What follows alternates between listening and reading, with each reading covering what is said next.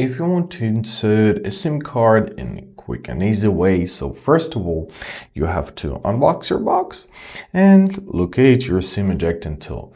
If you lost it for some reason or you don't have it, right, you can use any other SIM ejecting tool or straighten paper clip or basically any object which is thin to fit in here. Here is our SIM tray. So to insert it, simply put it here, push it a little bit, and now let's take out our SIM tray. Great. So here we'll see that it's a place for SIM 1 and it's a place for SIM 2. So grab your SIM card. You can also apply 2 SIM cards at the same time. So put it in the right direction. Make sure that the contacts are facing up.